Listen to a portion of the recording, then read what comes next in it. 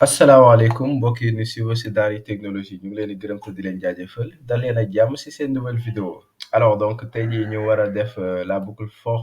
rich et map n'est-ce pas mu doon boucle bu ama solo n'est-ce pas voilà donc je pense que si vous maîtrisez ça ça veut dire que c'est excellent donc si boucle bi mu am aussi beaucoup de choses à comprendre hein. Donc lépp dina ko yaatal si vidéo bi incha allah alors boucle for bon comme yeneen boucle yi la rek ah. Donc benn boucle la boo xam ne day permettre appeler benn fonction ñu koy wax fonction de rappel pour chaque élément du tableau par exemple boucle tableau bi ngay parcourir pour chaque élément boo xam ne war na ko parcourir rek ba def si benn traitement bu spécifique dafay appeler benn fonction de rappel donc comme par exemple bi ñu jëloon si for of fii BMW benn élément du tableau la Volvo benn élément du tableau la Toyota benn élément du tableau la maintenant fii for of lañ utiliser woon mais bu dee da nga utiliser for each wala map déjà for each wala c'est la même chose hein. Bon c'est juste une très petite différence entre for each et map mais c'est la même chose ñoo bokk ñu leen di utiliser alors donc fii pour chaque élément n'est-ce pas bu dee boucle for each n'est-ce pas dafay appeler beneen fonction ñu koy wax fonction de rappel alors donc ñu daal di koy yaatal fii donc pour cela on va créer fii balise script donc à l'intérieur comme toujours mën naa créer fii sama balise paragraphe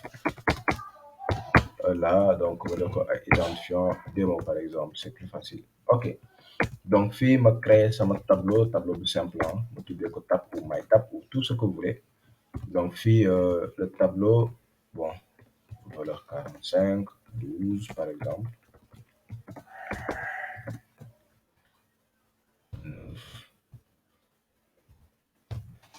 16 et 20 bon je pense que c'est bon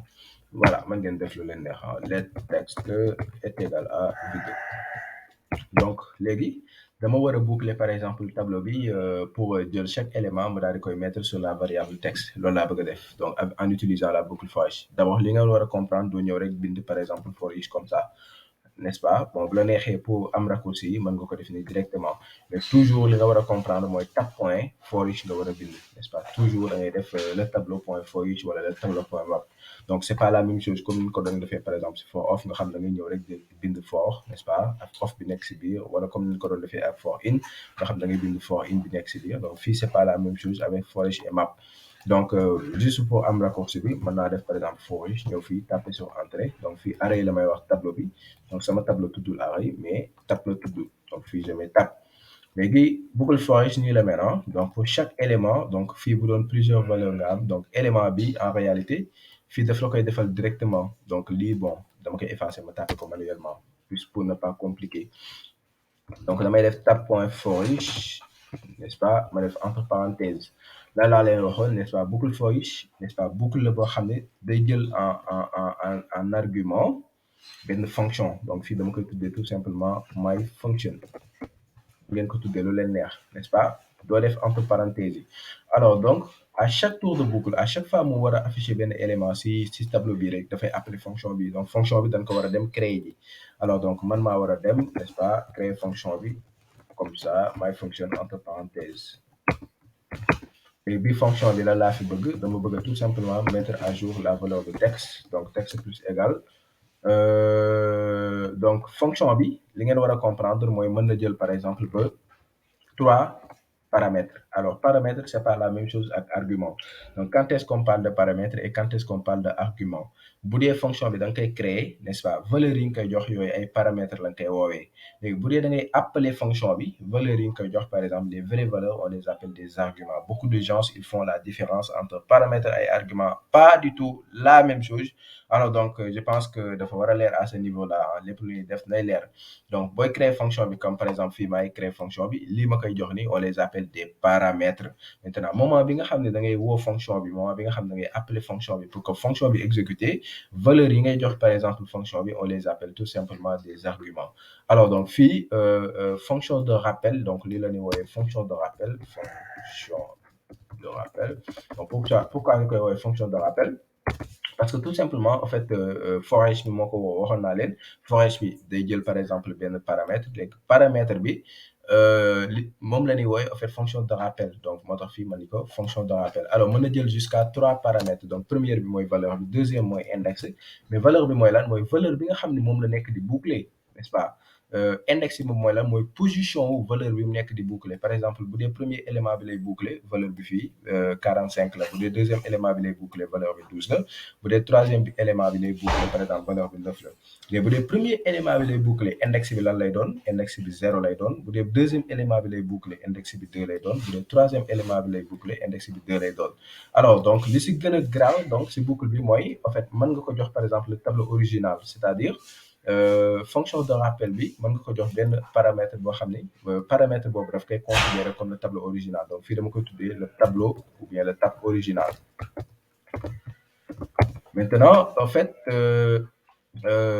li ngeen war a comprendre mooy uniquement c'est la valeur qui est obligatoire donc index bi c'est pas obligatoire le tableau original c'est pas obligatoire c'est-à-dire mënoon naa boucler def nii sans ma jox ko ñaar yooyu noonu ñaar yooyu c'est pas obligatoire n'est-ce pas valeur bi rek moo obligatoire alors donc fii damay ñëw ni ko maintenant jëlal maintenant nga defal ma ci tout simplement valeur bi texte nga defal ma ci valeur bi dynamique boo ci defalee nga séparer tout simplement par des BR point virgule donc fii pour le moment donc lii c'est bon mais une fois que par exemple fonction bi ñu appelé ko fii donc fii je rappelle qu'on fait pas les paires de parenthèses on fait pas comme ça da ngay woo fonction bi directement donc mën naa jël à ce niveau là ma ni document point get element by id get element by id n'est-ce pas démon et là point inner html et là texte donc fii voilà donc fii boucle baa ngi nii ah bu leen fàtte bien vrai que texte bi fii leen koy mettre à jour mais fonction bi fii leen koy appeler donc bu ñëwee fii donc texte dina am valeur donc ñu mettre à jour tout simplement le paragraphe et ça si on exécute normalement donc je fais un clic droit donc clic droit ouvrir l'explorateur de fichiers je tape sur entrée yéen a ngi gis par exemple mu ngi may afficher toutes mes valeurs mu ngi may afficher 45 di ma afficher 12 et sama gars yi li neexul ah donc yéen a ngi gis voilà donc je reprends parce que boucle la boo xam ne parfois les gens ils ne parviennent pas à le comprendre à fond donc fii damay def tout simplement exemple 1 naa si jël peut-être 2 exemples wala 3 exemples donc fii dañoo déclarer par exemple suñu tableau ñu déclarer par exemple comme ni ñu ko doon defee ah benn variable mënoon ko tuddee message mënoon ko tuddee lu neex bon c'est l'essentiel mooy après avec JavaScript ñu jël par exemple conteneur par exemple moom li mu contenu variable bi li si nekk ñu daal di koy def fii par exemple comme contenu maintenant ñu ni tab.forest c'est-à-dire dañoo bëgg a boucler tableau bi c'est une structure de plusieurs éléments am na 45 am na 12 am na et cetera léegi dañ ko bëgg a boucler pour jël valeur yi daal di koy def fii si paragraphe bi léegi ñu utiliser la boucle forage léegi na lan la wax dana la boucle forage moom heure boo ko utiliser da nga koy jox benn fonction boobu noonu pour chaque élément bu ñu war a boucler rek dañuy woo fonction bi c'est-à-dire bu ñu waree boucler par exemple 45 dañuy woo fonction bi lan lay def day jël valeur bi daal di koy dugal ci texte ñu war a woo par exemple 12 n'est-ce pas dañuy woo fonction bi jël valeur bi des daal di koy dugal ci texte ñu war a par exemple 9 donc fonction bi la ñuy woo ñu jël valeur bi daal di koy dugal ci texte léegi ñu ne texte boobu noonu li si nekk yëpp affiché ma ko si paragraphe bi looloo tax boo actualiser li nekk par exemple si texte bi yëpp yaa ngi ko am si paragraphe bi alors donc yéen a ngi gis par exemple fii jox nañ ko index jox nañ ko lii te utiliser wuñ ko donc mais fii mënoon nañ def tout simplement par exemple mënoon nañ def ceci la valeur est 2 points donc ou bien même on utilise les littéraux de gabarit on fait comme ça donc Alt F7 2 fois la valeur est 2 points donc voilà comme ça je mets valeur anti/n n'est-ce pas la position ou bien je commence avec la position donc je dis position 2 points ma def dollar comme ça position bi mooy doon index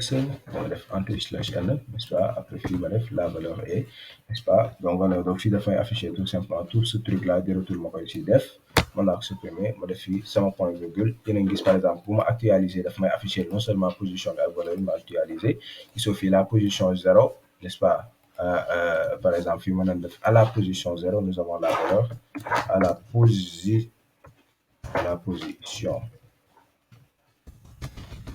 à la position index du tableau,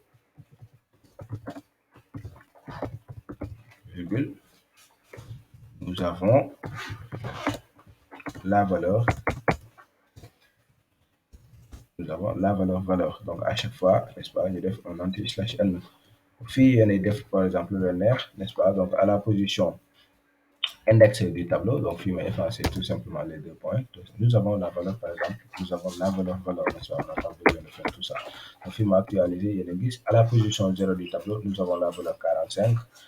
Pourquoi deful anti/NV? Donc bon, c'est pas grave. À la position 1 du tableau, nous avons la valeur 12. À la position 2 du tableau, nous avons la valeur 9. À la position 3 du tableau, nous avons la valeur. Et là, le les tableaux, c'est exactement la même chose. Maintenant, donc pour chaque tour de boucle, bon, pour voir le tableau original de l'admontinec, vous devez faire console.log par exemple de tableau original, n'est-ce pas? Le tableau original, vous devez afficher plusieurs fois. Pour chaque tour de boucle, vous devez afficher le tableau original. Vous avez le tableau, moi, tableau, bien que vous avez de boucler. Léegi li am importance mooy moment bi ngay def boucle mën nga def par exemple des traitements. Bon pour le moment exemple bi ñu jël nii c'est basique, hein, c'est juste par exemple jël benn information affiché ko ci paragraphe bi, mais si biir fonction bi mënoon nga ci def ay traitements yu compliqué yoo xam ne dafay modifier tableau original bi. Léegi bu dee da nga bëgg par exemple réinitialiser tableau original bi mën nga utiliser tableau bi pour réinitialiser par exemple tableau original bi. Donc voilà, donc c'est pourquoi ici c'est très important cette fonction là. Donc là, le premier exemple là, bon peut-être me dire un deuxième exemple. Je fais comme ça, hein, pour ne pas tout encore écrire. Donc peut-être bon deuxième exemple B, bon je vais utiliser les mêmes trucs. Donc finalement il vide tout simplement variable texte est égal à vide. Ok. Léegi bon au lieu may ñëw fonction bi ma koy créer par exemple, donc fii damay def carrément fonction bi dama koy supprimer carrément parce que boo leen xoolee dama ko séparer. Au lieu maintenant ma koy séparer fonction bi mën naa ko créer fii directement, c'est-à-dire fonction bi mën naa ko créer fii directement. Donc gisaguñ les fonctions fléchées, mais ne vous inquiétez pas li may def nii loolu la ñuy woowee fonction fléchée. Donc damay def par exemple def nii par exemple ma utiliser accolade yi. Donc li ma waroon def si biir fonction bi loolu laay def fii. Maintenant fii ay argument lay jël, donc fii nii bu la neexee par exemple nga jox ko valeur, n'est-ce pas, virgule nga jox ko index bi, virgule nga jox ko par exemple le tableau original. Donc voilà, donc lii la ñuy wax fonction fléchée. Donc fonction fléchée fonction anonyme la. Ne vous inquiétez pas, dinañ jàng lan mooy fonction anonyme, dinañ jàng lan mooy fonction fléchée, donc lépp loo leen war a xam ci fonction incha allah dinaa ko yaatal. Mais boo leen gisee syntaxe bi ma def xam ne ni tout simplement moom la ñuy woowee fonction anonyme, n'est-ce pas, fonction boo xam ne amul tur, yeneen gis si biir fonction bi amul tur. Et voilà, donc dama utiliser juste parenthèse flèche ba daal di utiliser par exemple bloc bi n'est-ce pas def fii. On va actualiser, da ngeen gis par exemple on a exactement la même chose, amul dara lu ci changé. Et voilà, donc ça continue de marcher. Donc gis ngeen la boucle forage et c'est exactement comme la boucle map. Donc fii bon mën naa ko yaatal avec la boucle map, je vais faire comme ça. Donc ma ñëw fii def nii, donc exemple avec la boucle map. Donc bu dee map lii rek mooy changer. Donc foofu rek ngay changer, fi nga bind forage ngay changer par exemple def ko map. Donc fii bon on va faire console.log par exemple de tout simplement valeur. Et là voilà, donc je pense qu'on peut exécuter pour voir, on aura le même résultat. Comme vous le voyez, on a le même résultat. Donc fii yéen a gis par exemple mu ngi afficher par exemple benn array, moom mooy tout simplement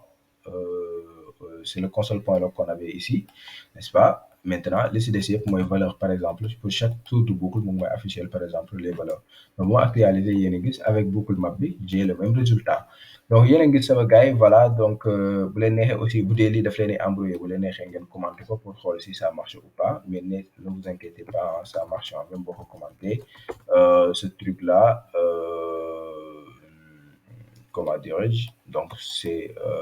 ça qu'il faut commenter encore. OK. Donc, document.getElementById, je pense que voilà, on a le même résultat. Il y a une liste, donc on va le changer. Donc, si vous l'avez aussi, vous l'avez vous l'avez donc là, je mets voilà.